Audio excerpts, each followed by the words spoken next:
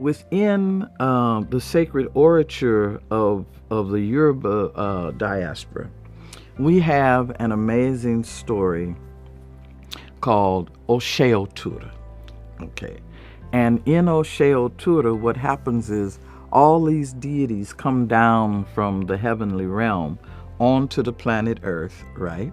And the dominant ones, the ones who are doing the most, are Obatala, the Lord of the White, the King of the White Cloth, the Lord of the Clouds, the one who molds the child in the womb and sets the ethical standards. We have Ogun, who is the tool maker and the wild man in the woods.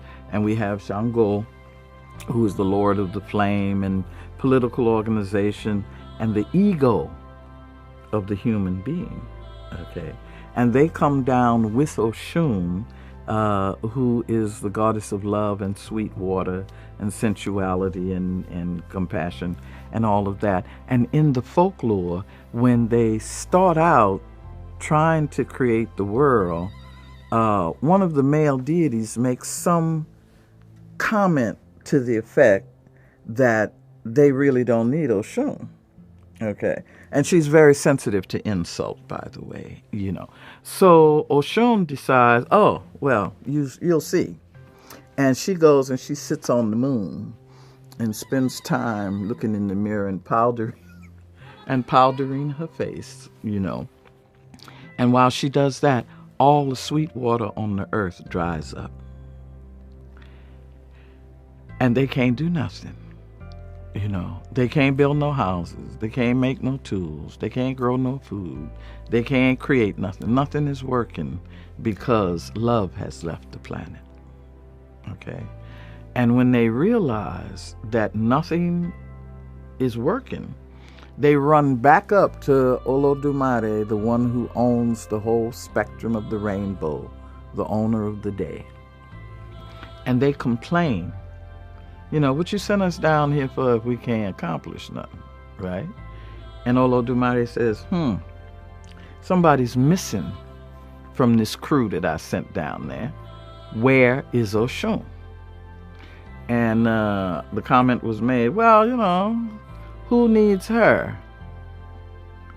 And that's when Olodumare summons Oshun from her resting place where she's just, kicking back, waiting for them to recognize what's happening. When she arrives, she explains that they insulted her. They were stupid enough to think they didn't need fresh water. They didn't need sensuality. They didn't need love. And so the Most High makes them apologize to her. Okay?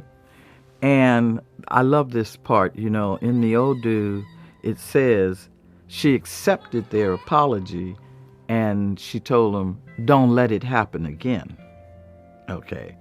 And as a result of that, she had to decide whether she wanted to be bothered again. And so she turned herself on herself and gave birth to Elegba. Now, I want to say very, very clearly that Osheotura is a very, very important story in my tradition.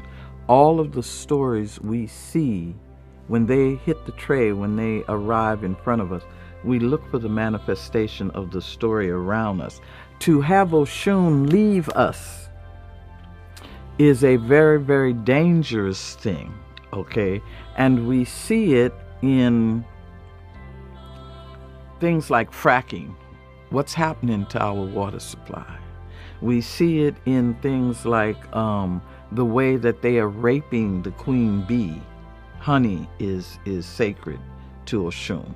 We see it in the sex trafficking of children that's going on this planet. All of these things we read as signs that we done pissed Oshun off. Okay?